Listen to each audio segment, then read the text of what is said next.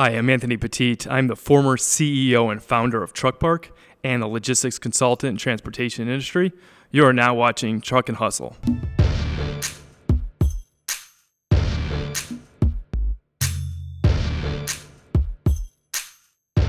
All right, Hustle fam, we are back with another amazing episode, and we are here live from Manifest in Las Vegas, Nevada, and I have with me today Mr. Anthony Petitte. He is the former CEO of Truck Park, and he is now acting as a logistics consultant, working with several companies, helping them in many different ways. Anthony, welcome to Truck and Hustle, sir. Thank you so much. I'm excited to be here. Yeah, man. So we're going to have some fun. So we're going to talk about Truck Park, which was your company that you founded, that you exited last year or 2 years ago, not too long ago. Talk about that journey, right? Obviously, and truck parking, which is a huge problem, probably like top 5 problems in the industry right now, if you ask anybody.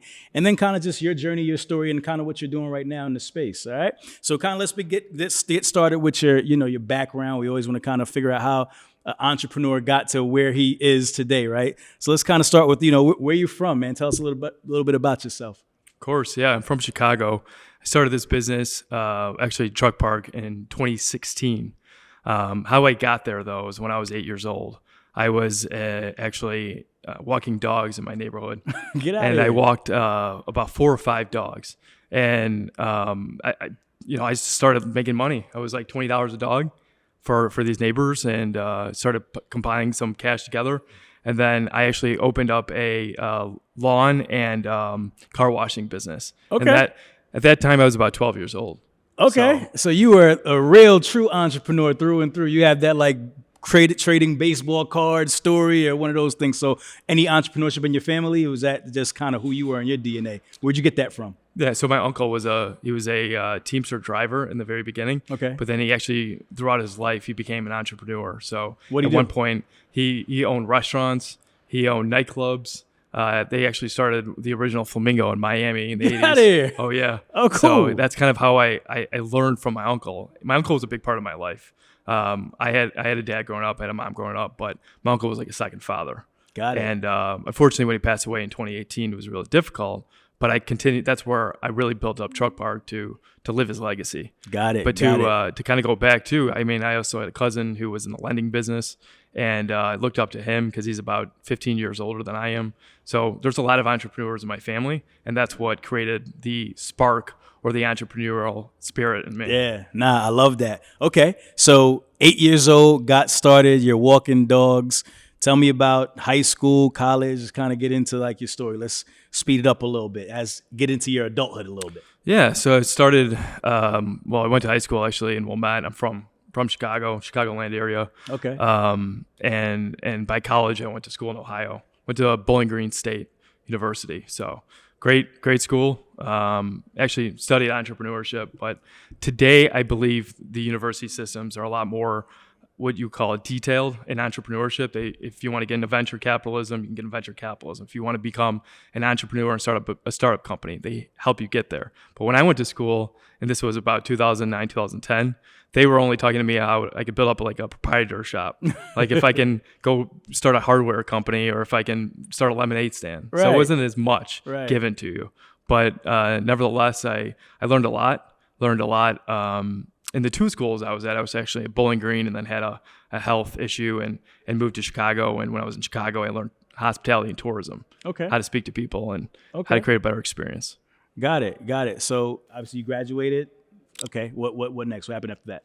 Graduated, and then I actually started working for my cousin. My cousin, the entrepreneur that I told you about earlier, Yeah. that I so proudly and wanted to be inspired by, right? Yeah. And absolutely inspired me the whole time. What was he doing at this time? He ran a financial lending company, and I was actually helping him on the marketing side. So it was search engine optimization. It was PPC campaigns, like trying to get his financial lending company, spread the brand awareness, spread the brand because financial lending companies are, I don't want to say they're boring, but they're not really marketable. Yeah. And so I was the one behind helping him get it to market. How'd you do that? How'd you market that boring business, man? What type of tactics did you use? Yeah, that's, I've done a lot. When I say a lot, it's like search engine optimization. How do you create how do you get them on Google and then get them in front of people? Because there's millions of people searching every single day about anything, right? You can type in microphone on Google and it shows you all the microphone from Fender to all these different companies. But I was basically allowing him to type in his company, which was eTechnologies at the time, and then later a company called Marlin Financial.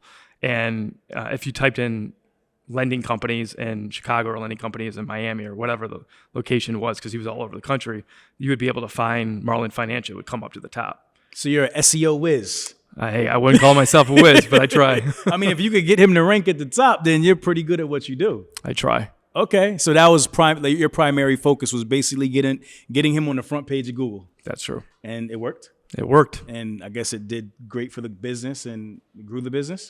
It's great for the business. It helped me learn a whole new, I guess you would call it category of business, right? Because marketing is a subcategory. Sales is a subcategory. It all feeds into the business umbrella. Right. So I was allowed to be able to experience something a little bit different than what I learned at school. Now I kind of learned it on the street, so to speak. Yeah. And I was able to help a company, and I was super proud of it. Okay. How long did you stay with your cousin? So I stayed with him for about 3 years, I'm going to believe. Okay. After that, I got into recruiting. Okay. I recruited at a consultancy firm that had offices all over the world. We did a lot of recruiting in England and helped actually Rexnord Aerospace. So we were really primarily focused on aerospace, engineering, manufacturing. Okay. And filled some very high-level roles, VPs all the way up to their C-level positions. Got it. How'd you find that opportunity, the recruiting opportunity? It fell in my lap. It was something that I was interested in. I was doing marketing for so long, but I wanted to be more customer facing. Yeah. So one of the things about marketing is you're behind a desk. So you're never really in front of people. Like, we're not interacting like this. Yeah. I'm just behind the scenes. I wanted to be in front of the scenes. Got it. I wanted to be that person. So that's why I got in recruiting. Okay. So but you still had that entrepreneurial spirit, right? That wasn't your company. You were working for someone else, right? So obviously the story goes on. So what happens with that company and kind of next in the story? Next in the story is I really wanted to do what I did when I was 8 years old. Do what I did when I was 12 years old. Right. Like, I liked being independent. You had the bug. I didn't like, it sounds bad, but I didn't like the direction, right? I wasn't a direction follower because I am a true entrepreneur. Yeah. I want to create my own direction and follow that myself. And then, of course, have others follow my direction. And that's kind of what I like to do personally. And that's, frankly, what entrepreneurs do. So that, from the recruiting side, when I was actually in this position, there was a spark that was missing. And so I had talked to my uncle, another entrepreneur that that was inspired by. And he said, hey, I'm actually opening up this truck parking facility in the south side of Chicago. And I need help with the marketing. So I was like, okay, well, I can kind of be an entrepreneur, but I can also help him on the marketing side. I can get his business up and running. I can help him hopefully fill truck drivers in the space. And I just didn't know how to do that at the time. I actually didn't come from a transportation background. Right. So I was inclined to learn more about transportation. Got it. I was trying to figure it out. Jumping in, long story short, I was on the marketing side. I helped him build up a website. We spread some brand awareness. And out of 600 spaces that he had there, we filled up 400 in a year. Oh, wow. Okay. So new to transportation, brand new industry for you, but you saw an opportunity there, obviously, especially when that business grew the way it did, filling 400 spaces in a year. That's pretty cool. That's a beautiful thing. All right. So obviously now you're probably interested in this truck parking thing, right? Like, we can do something with this. So what happens next? Interested in truck parking, started learning more about it through my uncle, and I wanted to figure out how I can digitize it because I come from a digital world. I come from a world of marketing, come from a world how I take a company like financial lending to the next level. So I loved my uncle's model, but it wasn't scalable. So I figured out, how do I digitize this? How do I make this, again, more scalable? How do I make it more brand ready? How do I get more marketing behind it? So I actually grew up in an area where Spot Hero is an app for cars, for car parking, because if you live in Chicago, it's almost impossible to find parking. Right. And so this app allowed drivers us drivers, you and me, to find, reserve, and pay for parking on an app. So I looked at the model and said, I really like it. Plus, the CEO actually went to my high school. He was a little bit older than me, but I learned a lot about him, and I found that out. Okay. So I reached out to the CEO of Spot Hero, and we had a sit-down, not face-to-face, but over a call, like an intercom call. And this is 2015 now. Okay. And it came to the point where I was like, wow, I really like the DNA of this, but I want to figure out how I could somehow correlate this with my uncle's business. How can I not only just focus on one truck parking facility, but how can I utilize the Spot Hero model and focus on all the truck parking locations? Right. And that's how Truck Park was created. Got it. Okay. So when you entered into this this idea, for creating this marketplace for truck parking, what were the major problems that you saw in the truck parking space? What were some of the pain points, some of the issues that you knew you had to first identify and start to work on? There's a lot of barriers to entry. One of them being just never was an entrepreneur. I mean, yes, I was an entrepreneur by spirit, but I never started a business before. Yeah. So it was just, it was a nervous thing. It was a lot of anxiety. I didn't know where to start. I didn't even know. I mean, I knew how to incorporate a company, but I didn't know what do you do? What's the next steps? Right. So I just started making phone calls to local truck parking facilities, to local drivers, and actually wanted to create like a survey. So what happened is I eventually sat down with about 4 or 5. This is in the very beginning. Now we're at year 2016. Yep. I incorporated the company by then, and we're in January. February, I met with about 5 of these truck drivers. Okay. Legit truck drivers, long haul drivers, sat down with me, bought them Starbucks coffee, and have conversation. Now, they would real tell quick, me, by this point, have you put your uncle's space on the app? Is there anything? You haven't built the app or anything yet, right? You're just in discovery phase. technology doesn't exist at this Okay, point. got This it. is early on. Early. Okay. Like incorporation. Got it. Formalities and Yep. stuff. So I met with these drivers. Drivers had told me, all these issues in the truck, in the space, transportation, trucking, logistics. And I said, well, what is the largest problems that you're facing today? A lot of them said, listen, there is driver detention is one of them.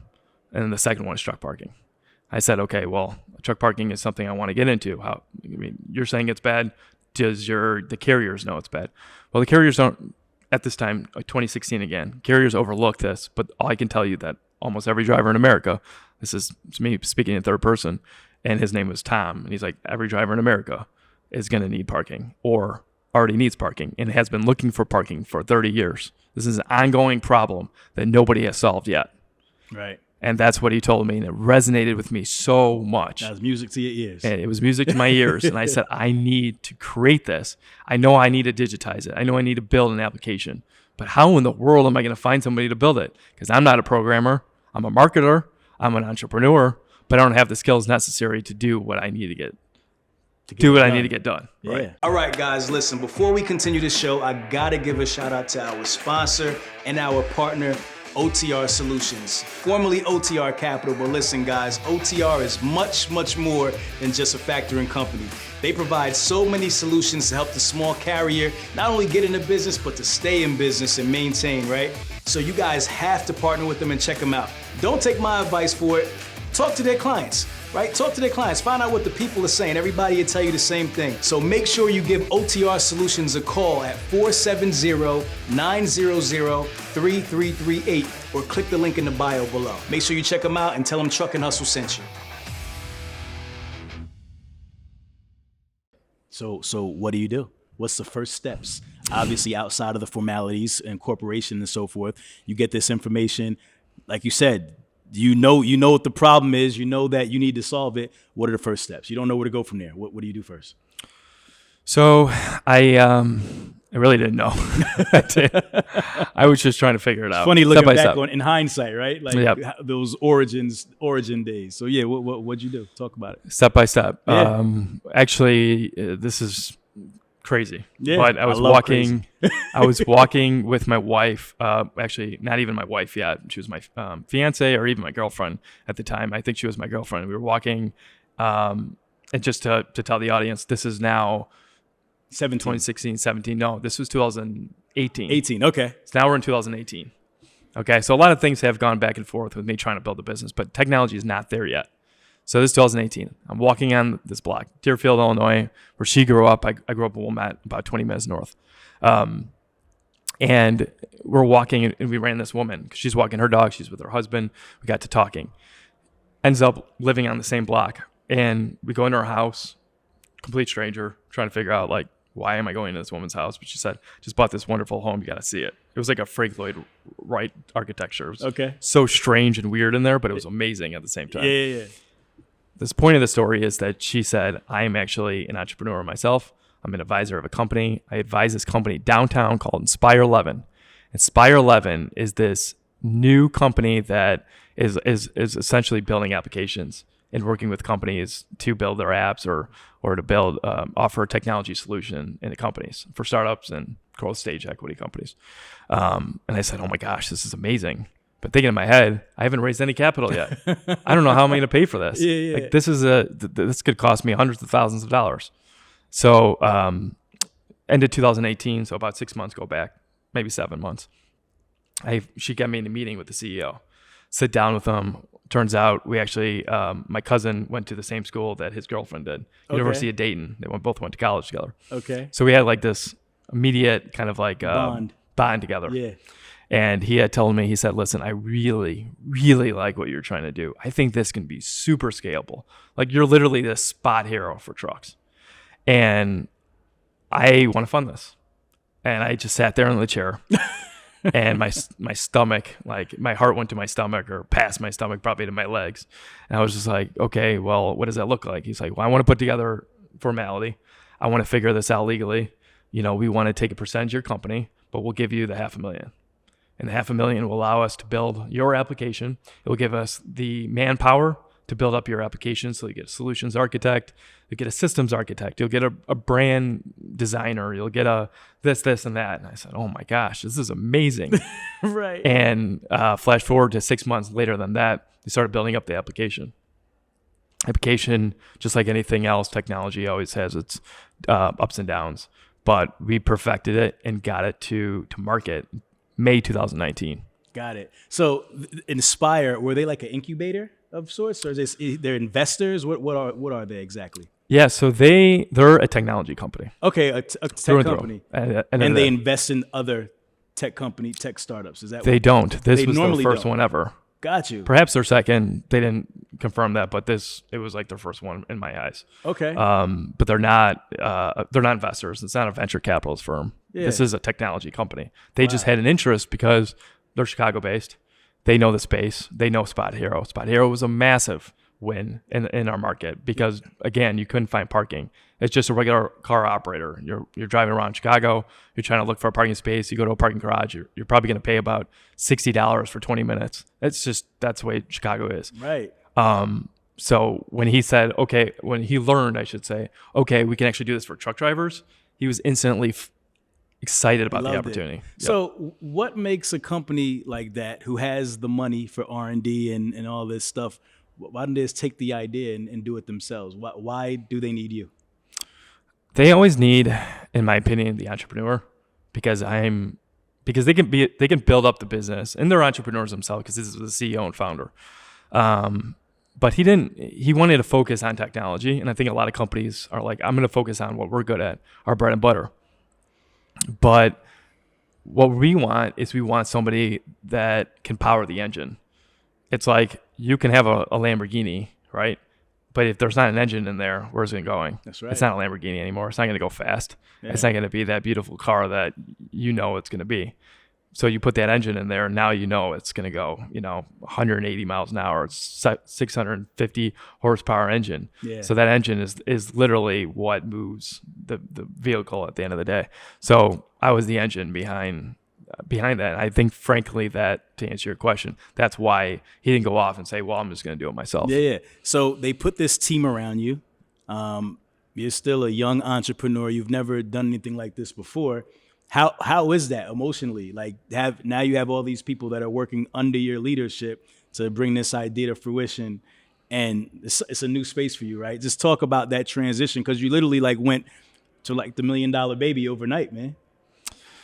Hard transition. Yeah. You know, when they say Rome isn't built overnight, it almost was. You know, it was like it was such a different moment for me. I couldn't even explain it. All right. And I was, again, it's that anxiety, it's that fear. It's like, okay, I got this team now. We're building this application. We're going to go to market again. Remember, we went to market May 2019, but I guess that feeling was just, I didn't know what to do, but I knew that there was something behind me. There was power again to that engine, right? Like that engine is ready to go now. It's been placed in the car and we're ready to build it.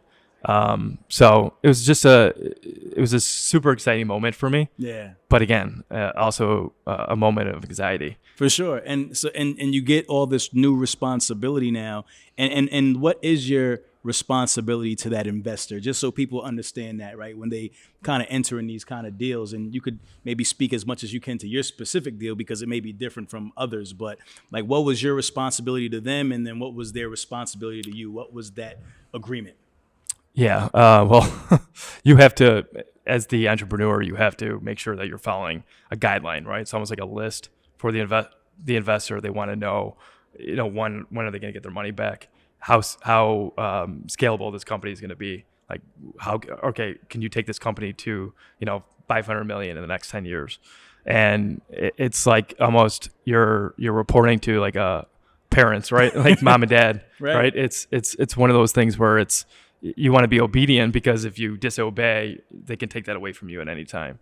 But for me, it was like, okay, I got to figure out a way that I'm going to market this, I'm going to scale this, and we're going to get to that $500 million so that everybody's happy and everybody's going to win. Yeah. So what were the key things in the beginning with that? What'd you do with that $500,000 to get started? Like, what were where'd you put it? Where'd you allocate those resources to get to that number that you wanted to get to, or that everybody needed you to get to? So we actually brought on a really good advisory team because, again, I was at the time, 2019, I was 26 years old. And so 26, 27, actually. I didn't really know how to allocate. Again, it's my first business. So Right. Where do I allocate funds? How do I make sure that I'm taking this $500,000 and we're going to build an application? The company's going to build it for us because they're kind of utilizing their own cash. But it was like cash and equity type of deal. So we're also going to put the dollars and put it in marketing. I'm going to put it in finance and put it in operations. And it's kind of like you build as you go, right? So there's just a lot of interesting components into all of this. And I started to really start allocating my dollars into marketing because that's something I really knew how to do. I was super interested in it. And it allowed me to go above and beyond what I know how to do. And one of the marketing, I guess, initiatives or strategies was to start going to these truck stops and just talking to drivers and buying them coffee. So I knew it was like, again, maybe it's not $100,000, maybe it's $5 or $10 to do, coffee and buy them a lunch. But it was something that I can go out and I could start passionately talking to drivers. And again, it goes back to my uncle being a Teamster driver. It goes back to that, how do I really help drivers have a better experience on the road? Right. And when they go park at night. Yeah. And so that's where we started allocating those funds to. What was the actual business model, right? Like, are you saying, okay, we're going to reach out to people with parking spaces, we're going to get them all in this network? What's the business model for Truck Park, and what's like initially, and then what it kind of grow into, what it become? Yeah. So initially, well, we needed, okay, so there's part of building up a marketplace, essentially what Truck Park was. It's an application, but it's also a marketplace. There's two sides of a marketplace. There's supply and there's demand. On the supply side, you have your private truck parking locations. When I say private, we didn't want to go after the public ones. We didn't want to go after Love's, TA Petro, Pilot. We did have conversations very early on with Pilot because we were thinking like, how could we scale overnight? Right. But it's sort of learning that, and no offense to the truck stops, it just wasn't, they're more focused on fuel and categorical items within their convenience stores, not focused on parking. Right. So we wanted to focus on That's parking. where they make their money, right? That's how they make their money. Yeah. The public truck stops. Yeah. The private truck stops are all dedicated to truck parking. Yeah. So we went after all the private locations. But in the very beginning, we went after ones and twosies. We're just like, who can we get? So I started asking my uncle, your truck parking location. That goes back to your first question. Did I put my uncle's parking location on my app? And I said 100%. So he was number one. Number two, he had a guy that was like somewhere else in Chicago, and we put him on, and another person. Eventually, we had probably about 8 or 9 locations. This was, I want to say October 2019. So again, we went to go to market 2019 of May. 2019 of October, November, we're at about 8 to 9 truck parking locations. Got it. And so you guys are literally just like beating your feet, cold calling different locations, saying, "Hey, we have this new app. It's going to get you business." Yep. Right. And then how do you guys make money? So we were a brokerage model. We're like Uber. And what Uber did is Uber took 30%. We said, well, 30% could be kind of gouging, so we'll take 25% of the space. So we call it space days. So it's calculated mathematically into 365 space days, because that's how many days there are typically in a year, 365, 366. And we would say, okay, well, the cost per space varied based on location. Yeah. So every location might have been $15 overnight or $20 overnight, $90 overnight in like Newark, New Jersey, where parking was very scarce. Yeah. And we would take 25%. That was our model. Truck and Hustle family, I'm coming to you with an exclusive deal just for you. Call 800-991-6251 to get 10% off on your first purchase. Okay, got you. And this is like on a per transaction basis, right? So All transaction. Carrier or a driver would book the space that day or whatever the case may be, and then that transaction you get a piece of that. Yes. 25%. Was who was your typical customer that in like if you look at your avatar for your company, what type of carriers did you guys most frequently kind of service? So we worked with a lot of drivers, independent owner-operator drivers, so 6 trucks or fewer, which is statistically 94% of the market. For sure. We did work with the 6%, which was, the large carriers, but that was until later.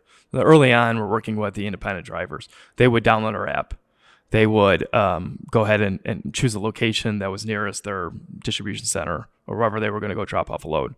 Then they would book that spot in real time on our application. So find, reserve, and pay. So the next thing was the pay. The drivers would pay us. We'd hold the cash for about 30 days. We'd take that cash, and then we would pay our parking facilities. Remember, we would take, in terms of unit economics, we were taking 25%. Okay. Now, as you grow, I'm guessing you had to probably put more money into this, or are you still getting funding from the same place, or are you looking for outside investors at this point? How does that work to start scaling?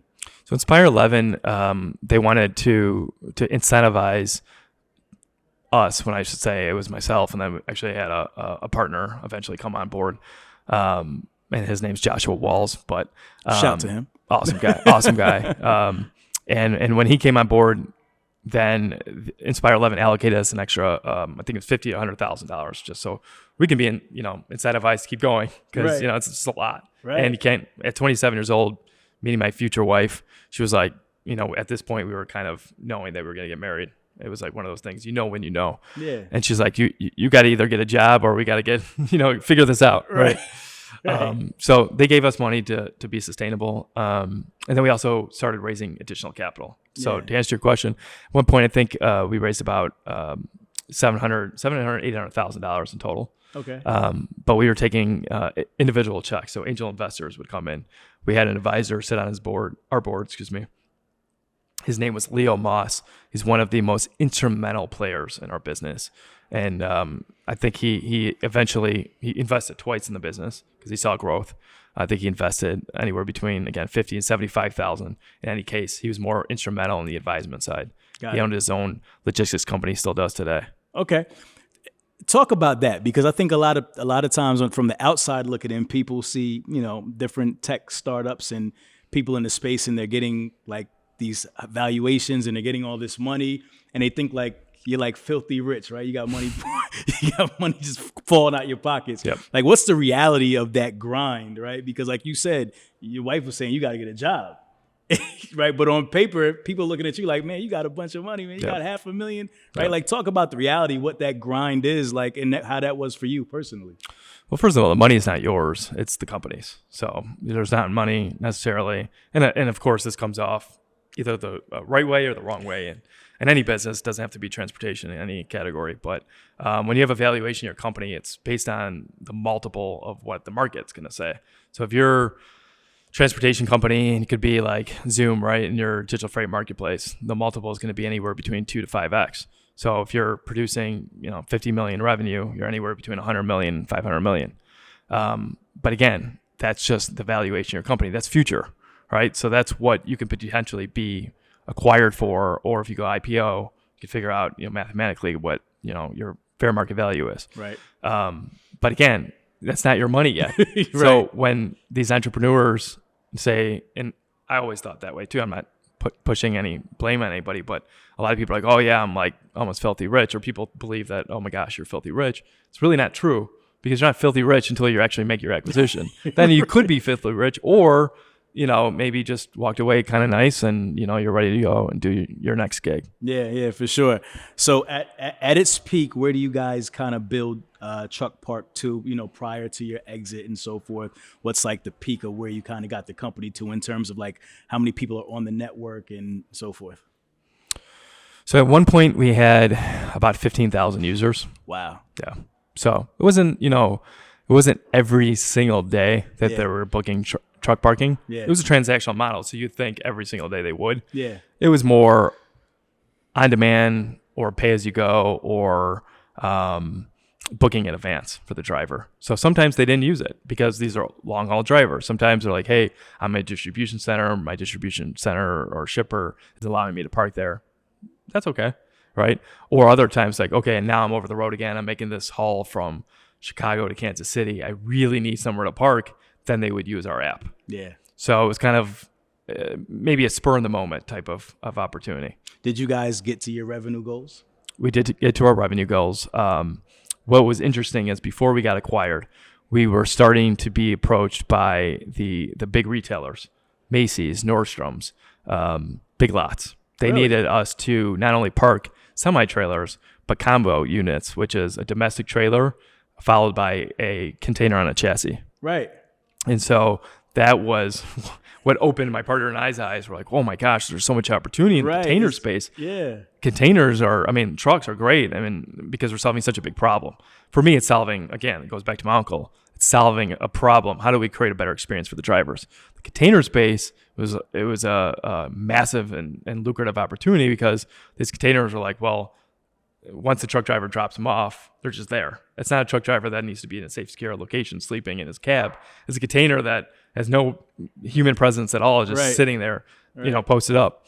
And the containers started generating us a ton of revenue. And then that probably led to our acquisition, because it was just, it was a lot of revenue on the table. We were seeing about, I think at, I don't want to name anybody, but one of the largest retailers had utilized us, and we were parking about 300 of their containers every single month. I think it was averaging about 75,000 a month in one customer. Did you guys ever start acquiring your own spaces, like real estate, or were you just always using just in the network? We thought about it. It's very expensive to be an operator. Depends on geographic location. So that wasn't a part of the model. Yeah, it was problematic, but it wasn't part of our solution. Yeah. We were the broker. We were the middleman. We wanted just to go out and to acquire, but in a different way. It wasn't acquisition or land acquisition. It was more acquire contracts with these private operators. Yeah, got it. Got to stay in your lane, right? Do what you guys do best. Yeah, absolutely. All right. What does exit look like? Tell me about that process. Exit is, it's interesting. I'm trying to remember, because we had so many moving parts. We were approached by Rand McNally, the maps company. Man, so remember Rand? Yeah, for sure. So I remember. That's going back, that's old man. school for sure. I was a kid, but I do remember driving my parents, and my take dad out would the take map. this big map out. Right. He'd be looking. He'd be like, okay, and you're like, okay, this is Chicago, and there are all these streets and trains and all these how in the world are you going to find streets on this freaking thing, it's especially now, like we're used to just jumping on the cell phone, right? Exactly. Can't imagine how somebody used a map back Unbelievable. in the day. But yeah. So that company had digitized and wanted to integrate with us originally, but then we're like, hey, maybe we start talking to Truck Park about potentially buying. That didn't work out, but we went through probably about 3 or 4 different private equity companies that were interested as well. Private equity didn't feel right because they're not really in transportation. They buy companies, they build them up, and they sell them again. For me, it was like, that's great. I'd love to take the second bite of the apple, but when I sell my baby, it's better to go in the right mama's hands. That's right. That's what I'm saying. So that's right. We met a company called Relay Payments, and we were going to do a partnership with them. And now this and timeline, this was, everything blends together. But this and timeline was the beginning of 2021. Okay. And we started talking with them, and the founder said, you know what, we really believe that this is going to be a good business for us because we are in the lumper space, right? Relay Payments is payments for lumpers. Yep. So lumpers in the warehouses. And they said, well, how do we get into maintenance? How do we get into fuel? How do we get into truck parking? For sure. So to buy truck park, to acquire truck park in all of our contracts was the way for them to get in that space. Okay. And so that's what they did. That was September of 2021 is when we got acquired. Okay. Got it. Emotional day for you? That acquisition? Like, how'd that feel once you had to give the baby up for adoption? Yep. It's a tough space. It's a tough time. Seller's remorse at all? Yeah, it's a feeling where you've been holding this baby for so long, you've been nurturing it, been taking care of it, and now you're about to give it away. And it's almost like, okay, well, are you going to take care of my baby? Are you going to make sure that my baby's going to grow up and be a man or a strong woman, right? So that's it was tough, but I can tell you that when the transaction was done, it was also a relief. Yeah. Because there's so much going into these acquisitions, so much paperwork and time. And remember going back when I told you I 26, this is 2016, I didn't know how to really build a company. So looking back at it, and I can tell this for all upcoming entrepreneurs, is that you really got to hire a good attorney and put all those formalities together the right way. So we had a lot of missing formalities, and I had to go back and forth and hire several attorneys during my acquisition process that actually, I don't know if it slowed it down, but it causes so much stress. So again, going back to my point where once it was all done, it was a big relief. Got it. How long did the due diligence take? It was from April or maybe March or April of 21 to September. Okay. Like 6 months, is that? 6-7 months. 6-7 months? Okay, cool. So you get acquired. Do they have you, do they keep you on as like a consultant at that time? And how does the acquisition work? It works there's many variables in acquisition or M&A strategies.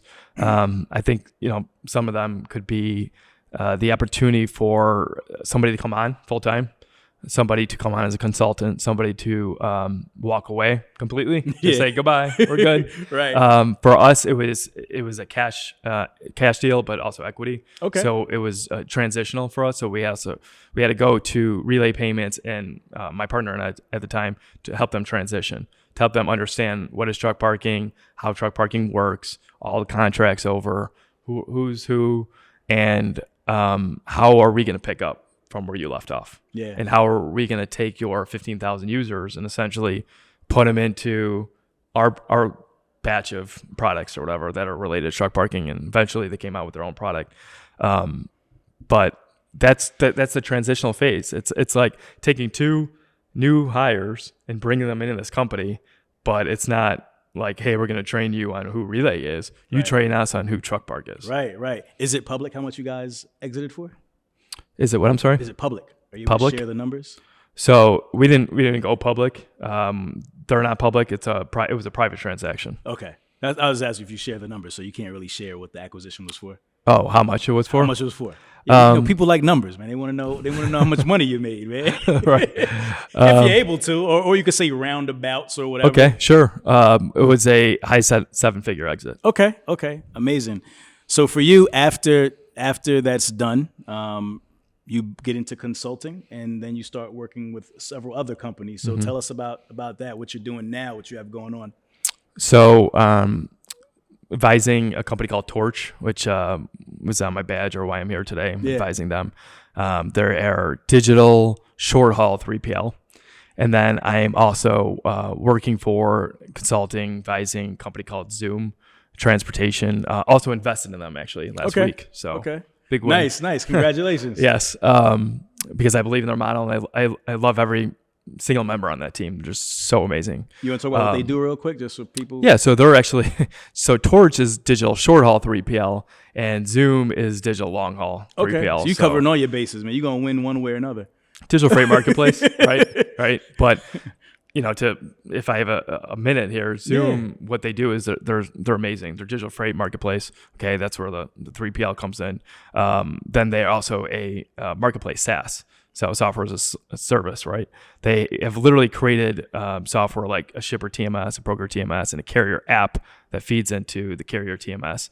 The broker TMS is unbelievable. It allows traditional freight brokerages, right, like a BNSF Logistics or a Neon Logistics, to become from paper to Excel spreadsheets and digitize overnight. So when I say overnight, it's not 24/7 or 24 hours, but it's within about 6 months. We give them the tools necessary to run their entire freight brokerage. We give them digital documentation uploading, bill laden uploading. You can, once you upload a bill laden, you got to sign it, right? The carrier's got to sign it. Well, we have digital DocuSign. We proprietary digital DocuSign, so you don't have to use a DocuSign or a Hello sign. You could just use whatever's in the platform. So we create all these tools necessary. You never have to leave the platform, because we have created through all market segments, the shippers to the carriers. Shippers want to find qualified carriers to run their shipments, right, to move the loads or freight. And brokers are essentially coming in to be a broker between both the shipper and the carrier. And Zoom deals with everything end to end across the entire supply chain in one platform. Okay. These opportunities, did you look for them, or did they kind of find you? These advisory roles. Zoom's interesting because I knew Mustafa. Mustafa Azizi, he's actually here today at Manifest. He's the CEO and founder. He has a great co-founder. His name is Matt, and I want to try to say his name. He's Persian. Tabai. I hope that's right while I'm on here, because he's going to listen to it. And they've built up this amazing product. They're both former entrepreneurs. Mustafa's here today. He's a former JB Hunt member, and he's just built this incredible platform. But how we got connected is actually when I was at Truck Park when we were building it. We're going to integrate with Zoom. This is back in 2019. And Mustafa and I really clicked. And when I had sold my business, actually day one, the first day I sold my business, he had reached out and saying, "Hey, you're coming to work for me. We're going to do this together. We're going to build this thing out. We're going to sell it for $1 billion plus. Right. We're going to have fun." Right. And I was like, I got to do this transition, but I will give you a call if either it doesn't work out or when my contract is done with relay payments. And so when that was all commenced and then terminated, right? About a year. Yep. I had called Mustafa and I said, "Listen, I'm ready to go. Let's do it. Let's go build this company to $1 billion and sell it." Nice. And so Zoom is a great opportunity. Torch is another company that I'm advising for and want to help them sell that to $1 billion. Hey, I can get 2 more $1 billion exits. That'd be amazing. And then also helping a company called ProChain Ventures out of St. Louis, and they are focusing really on pre-seed, seed, and then Series A companies in supply chain. I'll focus on that side. So it's incredible. A lot of good stuff. That's amazing, man. So being an idea guy, entrepreneur, are there any opportunities that you see that in the space that somebody could come and probably solve any problems that you've identified? Because obviously you're a problem solver, and you work with all these companies. What do you see out there? I mean, we're in Manifest right now. We see a bunch of people with a ton of solutions, right? So What do you see? What are some problems that you see in the space or areas of opportunity that somebody looking right now, you could say, "Hey, why don't you work on that? That would be cool," right? If somebody did something with that. Think about something like that for me. Man, there's so many good ones too, especially here at Manifest. Yeah. Like walking around the conference center, I've seen so many good products, and some of them are in their later stage. Some of them are very, very new, right? Like pre-seed companies. And I've seen a lot of great ones. Like I could say Driver is a company I ran into, and they're taking the model that Amazon actually came out with a couple months ago. It's like, how do you compensate delivery drivers? Because they're doing a lot of work. They're taking your packages, they're moving it from warehouse to your front lawn. And so they came up with an application where they can literally, and I'm probably not saying it the right way, but I'm trying my best here. Right. They can literally become like a tipping service digital tipping service. Okay. And they could tip on-demand delivery drivers. They can tip tow truck drivers. They can tip like the white glove delivery services. Like if they're moving furniture in your house, you usually tip those, right? Yeah, Because that's they're pretty cool. moving I heavy. like that. So that's, just to answer your question, like one of the technology companies I've seen even here at the event that sits really well with me. Yeah, I love that, man. Cool, great idea, man. There's so many like small problems that can be solved in logistics that it's like never ending. Mm-hmm. So what's the next 3 to 5 years look like for Mr. Anthony Petitte? what you got on your mind?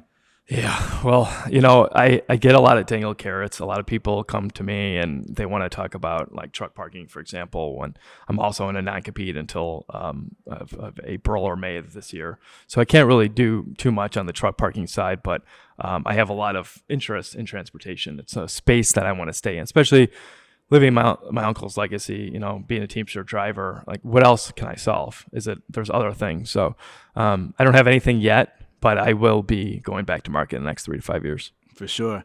I love it, man. This conversation has been pretty cool, man. It was definitely great getting to learn more about you, learn more about Truck Park, and just that journey, and I appreciate your transparency, just really sharing with us.